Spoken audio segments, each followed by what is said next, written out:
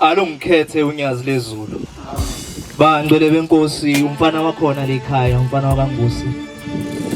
Entuthukweni thempela. Amen. Zindla mafa zezulu bengithi ngeke ngisukume ohlalo bayangiqhukuluza ngapha bathi sukuma ndoda.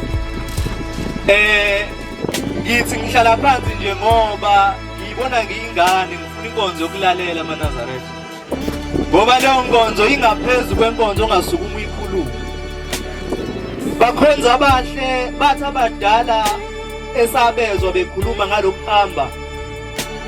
Mabekhuluma ngomqali walokuhamba bathi eseyintabeni zakaZulu ehamba namadoda noma nobaba ehamba nabo. Wasebuza umbuzo ukuthi bantu abamini ayizwa into ekhalayo na? Bathi baba kasizwa lutho. Uthi hayi kunomuntu okhalayo bantu abami. Lalelisisani. Bathi balalela bezwa lutho. Uqhubeka uyababuza umuntu wasezulwini. Usethi ke bhekani lapha abantu abamehla bathi ukuthi ngibona.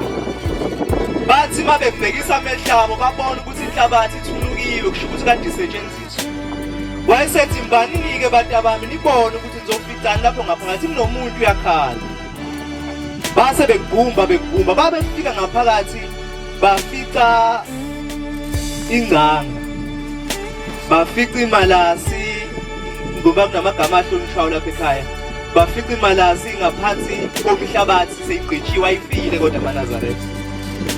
Usethi umuntu wasezulwini lo muntu kade kumnikazi wayo le malasi usehlulekile ukuyikhokhela wabona ukuthi akayibulali.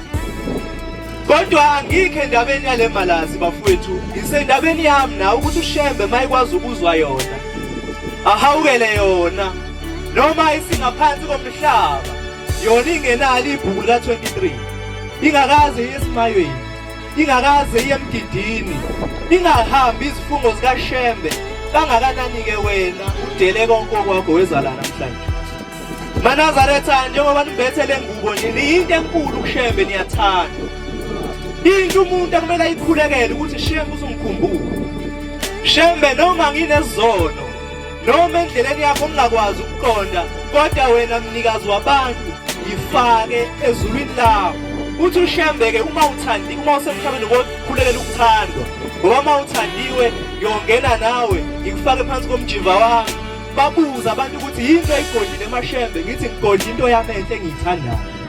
Thandazela wena ukuthi ngomhla wokuphela Shembe uzungifake phansi komjiva wakho ukuthi into yami enhle le engiyithandayo bafowethu bengakhonile ukusukuma. Isikhathi sesambile bengithi nje ngiyanamukela emzini wasentuthukweni. Siyalibonga lolu thando engathi nginganandela noma. Inkosi kusise nikuzwile. Amen.